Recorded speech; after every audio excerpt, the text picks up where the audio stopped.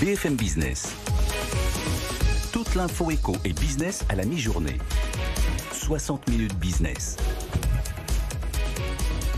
Ça fait débat sur BFM Business, l'interdiction des vols intérieurs quand il existe, une alternative en train de moins de 2h30.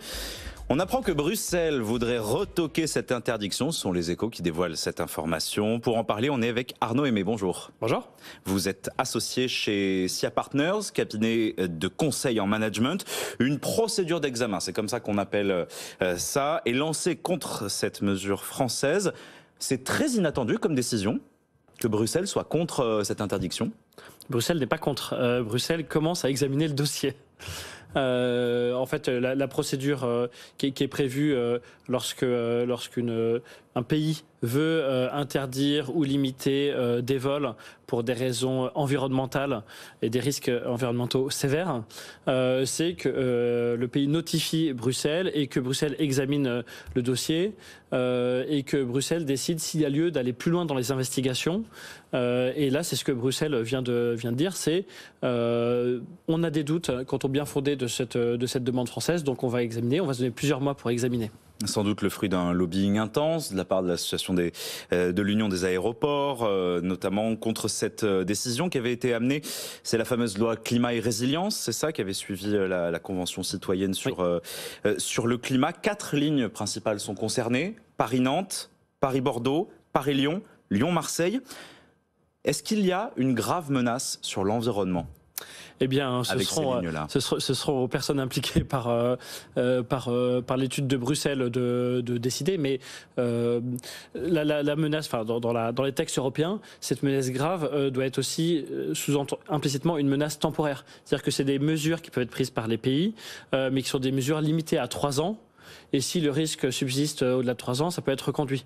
Donc, quand le législateur a écrit ces lois-là, c'était pour des risques provisoires et pas on va sauver la planète en interdisant les avions. 55 000 tonnes de CO2 par an, c'est ce que coûtaient ces vols-là. C'est 0,23% des émissions de transport aérien en France.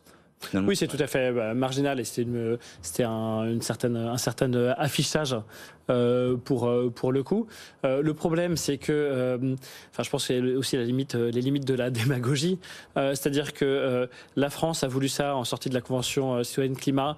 Et puis, en même temps, il se trouvait qu'il y avait le Covid et donc qu'il fallait renflouer Air France. Et donc, sans attendre ce qu'allait dire la Commission européenne, ce qu'a voulu le gouvernement, c'est conditionner les aides d'État à Air France à l'arrêt immédiat, que la loi soit passée ou pas, l'arrêt immédiat des liaisons vers les villes que vous avez citées. Donc, aujourd'hui, Air France interrompt ces vols-là. Les slots aéroportuaires ont été repris par d'autres compagnies aériennes, pas pour faire la même desserte, mais pour aller plus loin. Il y a des low-cost comme Vueling, par exemple, qui ont repris ces slots aéroportuaires. Donc, si la loi ils font pas le même trajet, c'est ça, mais voilà, un Vueling, ils ont les mêmes créneaux pour faire du Orly-Espagne. Et comme il y a plus de créneaux disponibles à Orly, parce qu'on arrête des Orly-Lyon, par exemple, un Vueling en profite pour faire des Orly-Espagne. On pourrait imaginer que si la loi était retoquée, Vueling se dise mon Orly-Espagne, je vais utiliser mon slot Orly plutôt pour faire du Orly-Bordeaux. Et là, on aura tout perdu, évidemment. 156 000 passagers pour l'avion Paris-Bordeaux qui était exploité par Air France. Si demain, Bruxelles décide effectivement de suspendre l'interdiction française, est-ce que Air France pourrait reprendre cette ligne ? Non, pas entièrement, parce que qui va à la chasse perd sa place. Donc Air France a dû, avec l'obligation de son actionnaire et de son refinanceur, l'État français pour le plan de sauvetage, a dû abandonner ses slots aéroportuaires, c'est-à-dire les créneaux pour stationner à l'aéroport. Et une partie de ces slots ont été repris par d'autres compagnies aériennes. C'est ça. Donc il n'y a pas qui va à la pêche, la repêche. Donc pour Air France, ce serait effectivement très dommageable. L'Union européenne, c'est quoi l'indicateur le plus important pour elle ? C'est les émissions de CO2 ou l'atteinte à la concurrence ? Qui va décider de la décision qu'elle va trancher dans ce dossier? Alors, je voudrais dire que si jamais la conclusion de l'étude, c'est que la France doit revoir sa loi, elle peut la revoir, la France, dans plusieurs sens. Soit dans un sens de on annule l'interdiction et on revient à la situation d'avant. Et c'est de ça qu'on parle depuis tout à l'heure. Mais une autre révision de la loi pourrait être qu'on va plus loin dans cette loi. Je m'explique.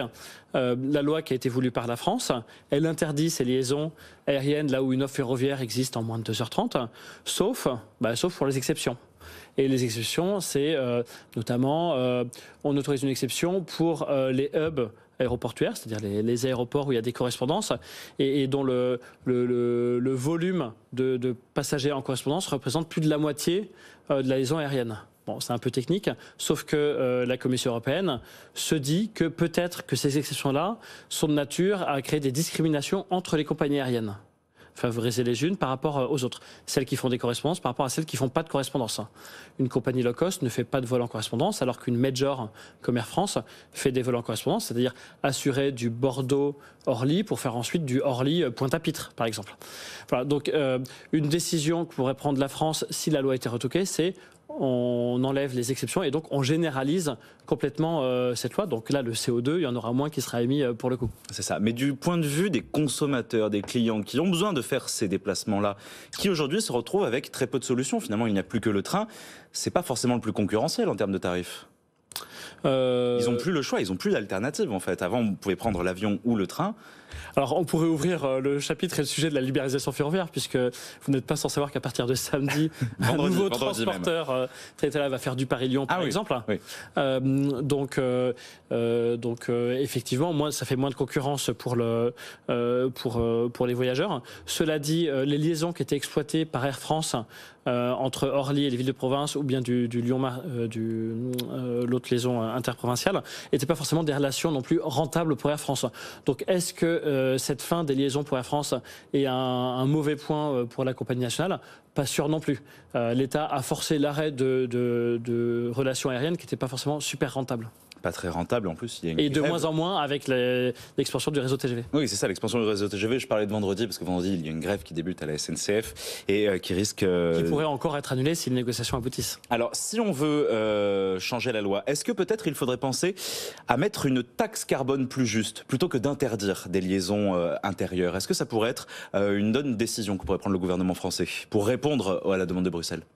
Il me semble que la demande générale de la France et de beaucoup de pays européens et même de beaucoup de pays mondiaux, et ça a été vu à la COP26, la dernière convention climat, c'est d'augmenter le prix de la tonne de carbone, sauf qu'il n'y a pas de consensus mondial dessus. C'est-à-dire que si on augmente, si on taxe davantage, si on contraint davantage en France et en Europe, mais qu'on ne fait pas dans le monde, je vais au-delà du strict secteur aérien, on pénalise l'économie européenne au détriment de l'économie mondiale. Donc il y a quand même ce point-là aussi à voir. Il me semble qu'il faut, pour revenir au sujet aérien, comprendre quelles sont les causes. C'est-à-dire que si on considère que prendre l'avion pour faire un Bordeaux-Paris, c'est pas bien, et qu'il faudrait prendre le train, il faut comprendre pourquoi il y a des gens qui quand même préfèrent l'avion au train. Donc ça peut être une question de dessert, de praticité de l'aéroport d'Orly par rapport aux gares ferroviaires. Donc je pense qu'il faut aussi jouer sur les causes et simplifier le parcours ferroviaire, par exemple. Merci Arnaud Aimé d'être venu sur BFM Business pour nous expliquer. On attend du coup la procédure qui a été lancée par Bruxelles. Il faut attendre au moins 4 mois, je pense. 4 mois, bon on vous rappellera d'ici là. Merci d'être venu sur BFM Business. Arnaud Aimé, associé de SIA Partners.